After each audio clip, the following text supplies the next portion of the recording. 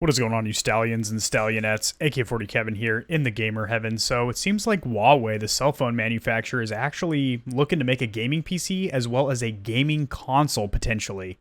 Let's talk about this.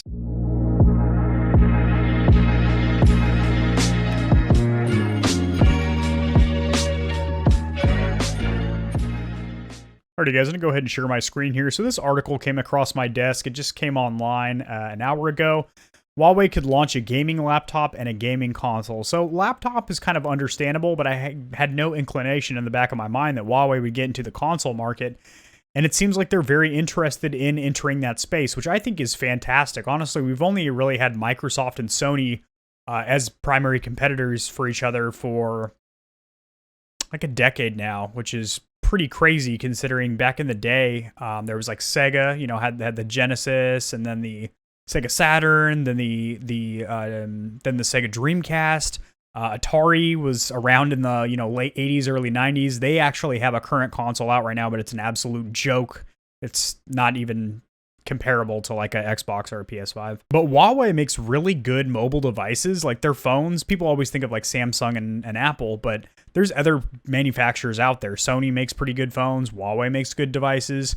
So knowing that they're already in the technology sector, they already have access to, printed circuit boards and a lot of the technology that goes into consoles, they do have a leg up than somebody like, Coca-Cola or something that knows nothing of the tech space that's trying to jump in here. But very interesting, and apparently this isn't their first attempt at a console. It says back in 2014 they launched an Android-powered. So anything Android-powered, they're talking about Android OS. Android OS is okay. You can actually get Android OS on like a PC instead of Windows or Linux. You can run that as an operating system just for like emulation of retro games and stuff. I'll do a tutorial on this channel on how to do that on Old Ben back there, which is like my $130 budget PC. But it was powered by an NVIDIA Tegra 4. So, NVIDIA, obviously, they're known for making GPUs and whatnot. And ran on Android 4.2, Jelly Bean, which is the operating system. And that's pretty interesting. There's actually another article about that right here, too. I'll have that linked in the description below as well. I always cite my sources so you guys can read up and whatnot. Sorry if I'm not being too energetic and I'm not moving too much in my chair. I think I pulled my back today, moving a bunch of heavy stuff in my garage. I'm extremely elderly. I don't have the body of a stallion anymore. I'm more like a Clydesdale pony that's trotting for the glue factory. So my spine is made out of literal paper mache. It's very, very fragile. Gentleman here playing what looks like Frogger or something on here. And the controllers are interesting to say the least. I don't know if I like this design very much. That looks like a touchpad, like a PS4 touchpad, but it's circular. Ergonomically, this doesn't look very comfortable because if you see the cut in right here, that doesn't look like that would be very ergonomic for at least North American hands, but what do I know?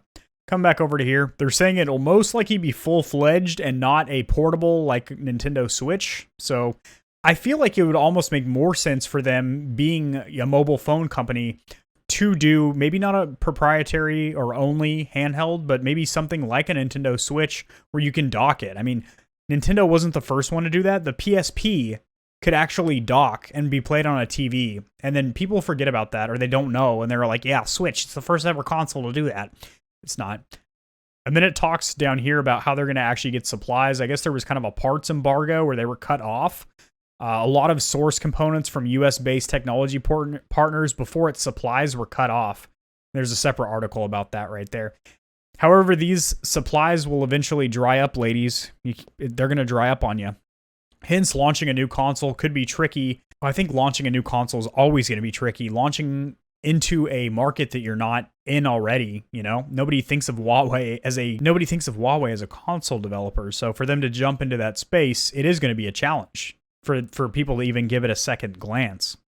And then also you have to think about manufacturing delays and limitations getting parts and components due to the pandemic, which is still going on very strong, especially in, China and stuff where most of these parts actually come from.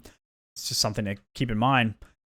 But I'm kind of excited for this just a little bit. I mean, it takes a lot to get me excited when it comes to new consoles because I've seen a lot of flops and failures. And, obviously, Xbox and PlayStation are kind of set in stone. They're not going anywhere. Those two those two are going to be around for a hot minute. Although people said the same thing about Sega in like the 90s, and where they at though? So I don't know. I guess one of those could fall off, but it's always cool to see a new company. Like Dell was talking about making a PC for a while, which they own Alienware, which makes gaming PCs. So it wouldn't be out of the realm of possibility to see them make like a console. And you know, just because we had this notion that Microsoft and Sony are the only people that can do this, because it's all we've seen for like the last decade. Literally any tech company that has a background in like electronic entertainment, so like Huawei with their phones, could potentially make a new console. And it might be interesting to see a third competitor in the running. And that would probably push Microsoft and Sony to make even better products because they have more competition. But yeah, that's going to do it, guys. Drop in the comment section below your thoughts on this bad boy. Like the video if you liked it. Dislike it if you disliked it. Subscribe if you want to see more. And I'll see you in the next video. Peace.